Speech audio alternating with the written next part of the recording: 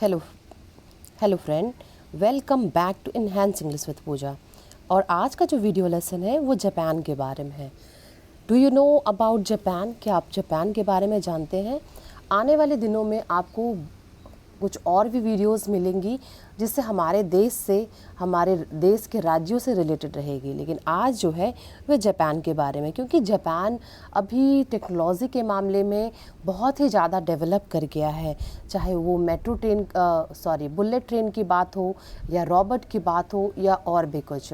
ठीक है, लोग जानना चाहेंगे आजकल जापान के बारे में, क्योंकि जापान बहुत सालों पहले वहाँ पर बम भी 2 गिर चुका है, लेकिन उसके बाद भी वो इतनी जल्दी कैसे वो डेवलप कर गया है।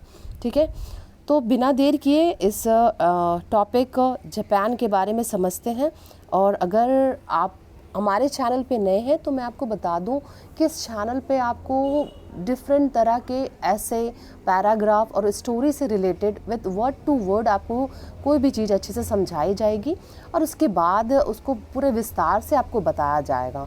और साथ ही इस टॉपिक अगर कोई स्टोरी होगी तो स्टोरी से रिलेटेड वर्ड को एक चूज़ करके उसका सिनोनिम एंटोनिम को आपको बताया जाएगा विद एग्जाम्पल के साथ। चलिए बिना देर के इस टॉपिक को समझते हैं। जापान जगह का नाम है, देश का नाम है। ठीक है, जापान एक देश का नाम है। चलिए देखते हैं। जापान है एन आइलैंड कंट्री। जापान है एक द्वीप देश। ठीक है, एन आइलैंड, इसको आइलैंड पढ़ते हैं, आइसलैंड नहीं पढ़ते हैं, यहाँ एस साइलेंट होता है। लोकेटेड, स्थित है, in eastern Asia. Eastern Asia मतलब पूर्वी एशिया में स्थित है। मतलब इसको पूरा चीज़ समझते हैं। जापान पूर्वी एशिया में स्थित एक द्वीप देश है। क्योंकि लिखते हैं हिंदी जब इसका बनाते हैं इसको उल्टा हिंदी बनता है। ठीक है, इट इज़ नोन, यह जाना जाता है, यह जाना जाता है। अब आप सोच रहे होंगे कि यहाँ जाना जाता क्यों बोला गया है, तो आपको मैं बता दूँ बी का फॉर्म कौन कौन सा होता है। बी खुद भी एक बी का फॉर्म है। उसके बाद इज़, एम, आर, ठीक है, वॉज, वेयर, बिन, बीइंग, ये होते हैं बी के फॉर्म। अगर ये सारे फॉर्म के बाद आपको वर्ब का थर्ड फॉर्म दिख गया, आपको समझ जाना है कि वो पैसिव है। ठीक है, आपको समझ जाना है क्या है वो पैसिव है। बी मोस्टली आपका यूज़ होता है मॉडल्स के साथ, और will be, shall be, could be, can be, इसके साथ। इज़ एम आर किसके साथ यूज़ होता है? जब हम इंडेफिनिट का टेंस बनाते हैं, जैसे डूडस, जिसमें डूडस का यूज़ होता है, उसके साथ इज़ एम आर लगेगा। वोज वेयर किसके साथ लगता है? डिड के साथ, जो सेंटेंस होता है उसके साथ वोज वेयर लगेगा। बिन किसके साथ लगेगा? बिन परफेक्ट के साथ लगता है, क्योंकि बिन का मतलब ही होता है थर्ड फॉर्म। ठीक है, बिन क्या है? इसका थर्ड फॉर्म किसके साथ होता है? परफेक्ट के साथ होता है। और बीइंग किसके साथ होता है? बीइंग जो होता है वो होता है कॉन्टिन्यूअस। ठीक है, तो आपको इसके पहले अगर आप दिख गया बी का फॉर्म थर्ड फॉर्म से पहले, आपको तुरंत समझ जाना है कि वो पैसिव का सेंटेंस है। इट इज़ नोन, वह जाना जाता है, फॉर के लिए, इट्स रिच कल्चर, अपनी समृद्ध संस्कृति, हेरिटेज विरासत, एडवांस उन्नत टेक्नोलॉजी, उन्नत तकनीकी और या प्रौद्योगिकरण भी टेक्नोलॉजी को बोलते हैं। एंड यूनिक, अद्वितीय, अनूठा, अद्भुत, कस्टम्स, अपने रीति रिवाजों के लिए जाना जाता है। तो यह देश जाना जाता है अपने समृद्ध संस्कृति, विरासत, उन्नत तकनीक और आदित्य रीति रिवाजों के लिए जाना जाता है। द कंट्री, देश, हैज़, पास है, देश के पास है। हैज़ जब भी लगता है उसके बाद अगर थर्ड फॉर्म कुछ भी ना हो तो आपको समझ जाना है कि पजेसिव का सेंटेंस है। जैसे अधिकार का सेंटेंस है। पजेसिव मतलब क्या होता है? अधिकार, उसके पास है। जैसे I have a pen, she has a car, तो ये पजेसिव का सेंटेंस है। जब पजेसिव का सेंटेंस होगा तो उसके बाद आपको कोई भी वर्ब का कोई भी फॉर्म नहीं दिखेगा। लेकिन अगर पजेसिव नहीं रहेगा तो उसके बाद वर्ब का थर्ड फॉर्म रहेगा, तो उसे हम लोग बोलेंगे प्रेजेंट परफेक्ट टेंस। लेकिन यहाँ पर अभी पजेसिव है, अधिकार बता रहा है कि यहाँ पर इतनी आबादी है। क्या है? Has a population of over अधिक, ठीक है, अधिक, ओवर मतलब होता है अधिक, 125 मिलियन, 125 मिलियन पीपल, लोग, 125 मिलियन, मतलब कि यहाँ की जो आबादी है 125 मिलियन से भी अधिक यहाँ की आबादी है।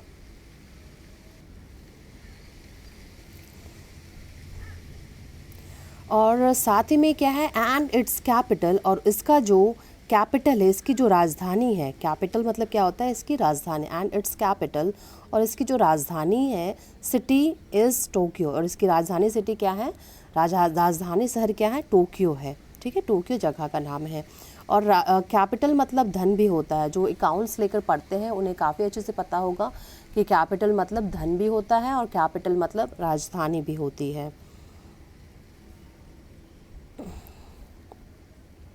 Japan has a long fascinating history, फिर देखिए जापान के पास है, यहाँ भी अधिकार बता रहा है, यहाँ पर भी आपका प्रेजेंट परफेक्ट टेंस नहीं है, प्रेजेंट परफेक्ट टेंस कब रहेगा, जब इसके बाद भी3 होगा।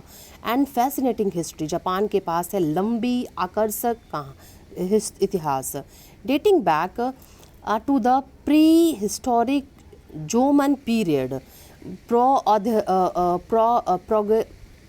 प्रगे ऐतिहासिक जोमन का जो काल, जो शासन है, ये इसी समय में था, जापान के पुराने इतिहासों में इसे देखा जाता था। डेटिंग बैक मतलब पुराने इतिहास में होना, ठीक है, डेटिंग बैक मतलब पुराने इतिहास, मतलब पुराना होना मतलब पुराने इतिहास में जोमन पीरियड भी देखा जाता है।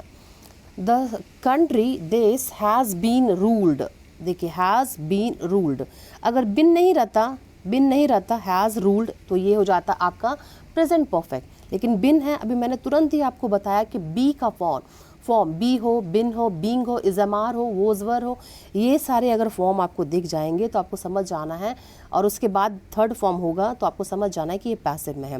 द कंट्री, देश, हैज़ बिन रूल्ड, देश शासन कर चुका है by the emperors for the country centuries, empire मतलब साम्राज्यों के द्वारा, सम्राटों के द्वारा यह देश शासन कर चुका है, फॉर सेंचुरीज, कई 100 सालों तक।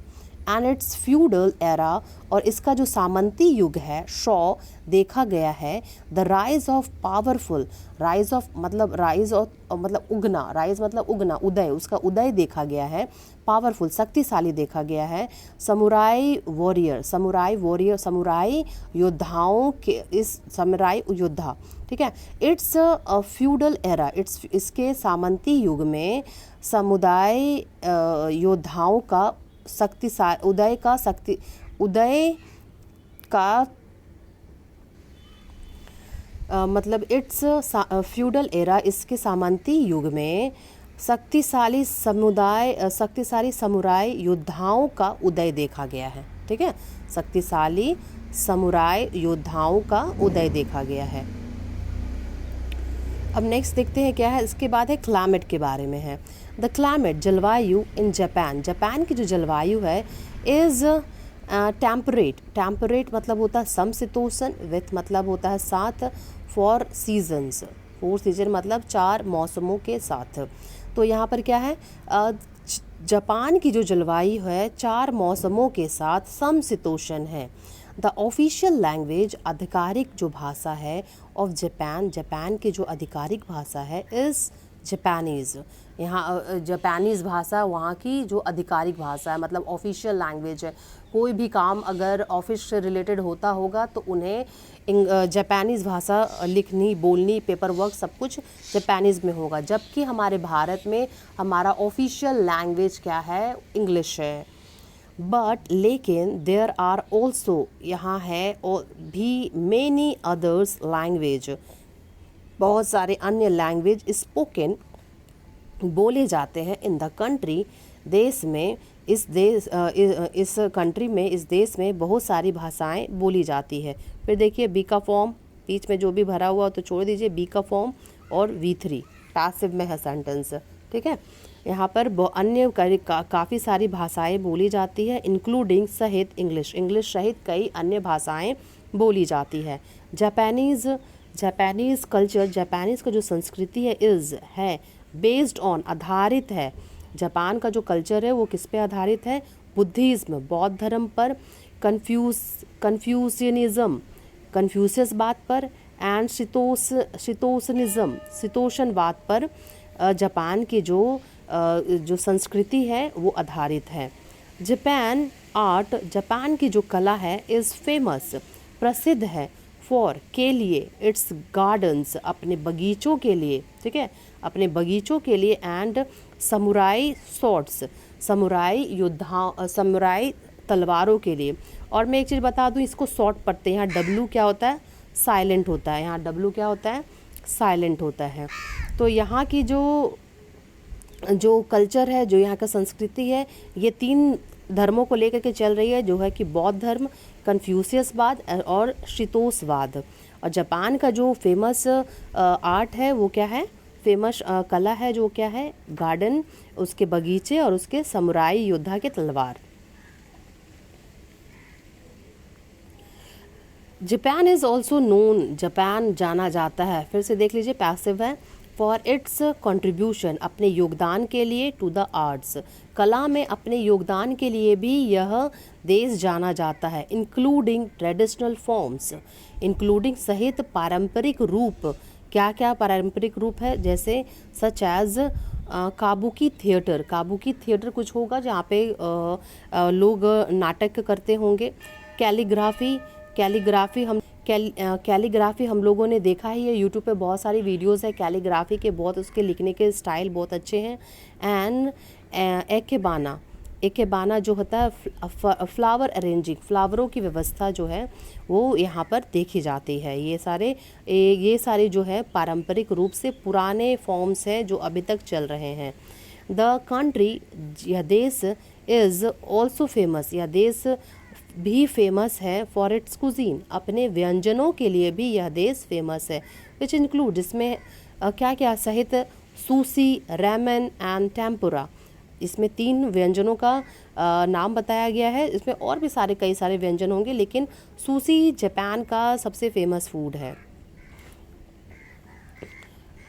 इन रिसेंट हाल ही के वर्षों में जापान हैज़ बिकम, देखिए यहाँ पे क्या है, प्रेजेंट परफेक्ट टेंस है, कैसे समझे, यहाँ देखिए बी का कोई फॉर्म नहीं है, प्लस जाके हैज़ के साथ क्या है, वी का थर्ड फॉर्म, वर्ब का third form, become, became, become, ठीक है, तो थर्ड फॉर्म बिकम हो गया है।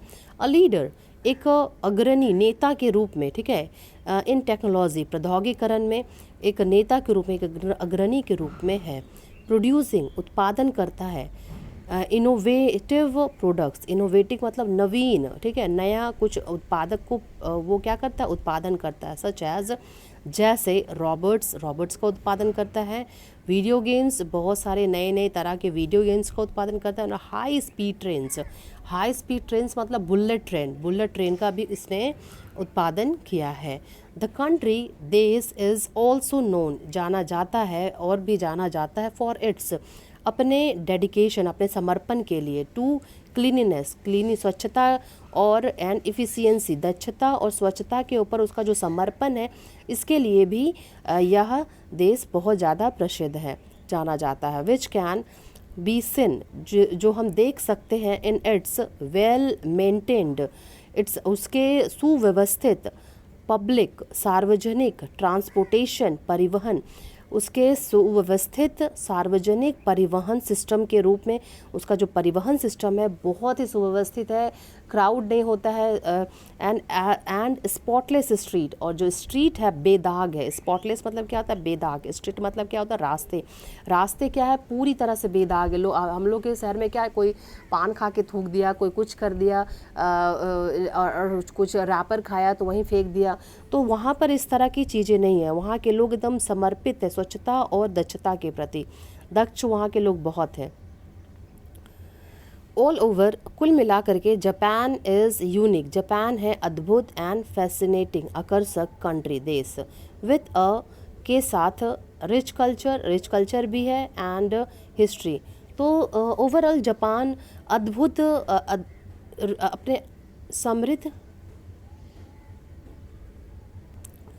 अपने समृद्ध संस्कृति और इतिहास के साथ साथ एक अद्भुत और आकर्षक देश है। एंड अ ब्राइट फ्यूचर, एक उज्जवल भविष्य। एज मतलब के रूप में। अ ग्लोबल लीडर, वैश्विक नेता। इन मतलब में, टेक्नोलॉजी मतलब तकनीक या प्रौद्योगिकरण। एंड नवाचार, इनोवेशन मतलब जापान जो है टेक्नोलॉजी और इनोवेशन, तकनीक और नवाचार में वैश्विक नेता के रूप में, वैश्विक नेता और एज मतलब रूप के रूप में उसका उज्जवल भविष्य है। वैश्विक नेता के रूप में उसका क्या है? उज्जवल भविष्य है। और आज का वर्ड है, टॉपिक ऑफ द वर्ड। हम लोग मेनी का यूज काफ़ी बार करते हैं, लेकिन हर बार मेनी मेनी बोलना ये ठीक नहीं है। तो उसकी जगह में आप न्यूमेरस का यूज कर सकते हैं, मल्टीपल का, काउंटलेस का, अमटिम। न्यूमेरस सुने ही होंगे, मल्टीपल सुने ही होंगे, काउंटलेस सुने ही होंगे। अमटिम थोड़ा सा नया है, ठीक है।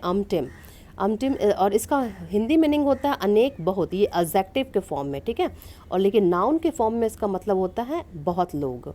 तो यहाँ पर भी बहुत लोग का मीनिंग क्या हो गया? यहाँ पीपल, द पीपल, ठीक है। या न्यूमेरस, मल्टीपल, काउंटलेस, अमटिम, ये क्या है? एडजेक्टिव है। तो आप देखिए एक ही साथ आपने कितने सारे एडजेक्टिव को सीख लिया है। और स्केयर जो है, स्केर्स जो है, इसका अपोजिट है फ्यू, कम। इसका मतलब भी होता है दुर्लभ। स्केर्स मतलब होता है दुर्लभ, फ्यू मतलब होता है कम, जो बहुत कम ही देखा जाता है, ठीक है। कम। देयर आर मेनी वेज, या बहुत सारे रास्ते हैं। मेनी की जगह में आप यूज़ कीजिए देयर आर द अनटिम ways, there the countless ways, there the multiple ways, there the numerous ways to become millionaire. करोड़पति बनने के बहुत सारे रास्ते हैं। सो फ्रेंड, अगर आपको ये वीडियो अच्छा लगा हो, प्लीज़ हमारे चैनल को लाइक और सब्सक्राइब करना ना भूलें। बहुत ही जल्द 50 सब्सक्राइबर होने वाले हैं। अगर आप चाहें तो ये बहुत ही जल्द हो जाएगा। फ्रेंड, आपको अगर वीडियो अच्छा लगा हो, थैंक्स फॉर वॉचिंग।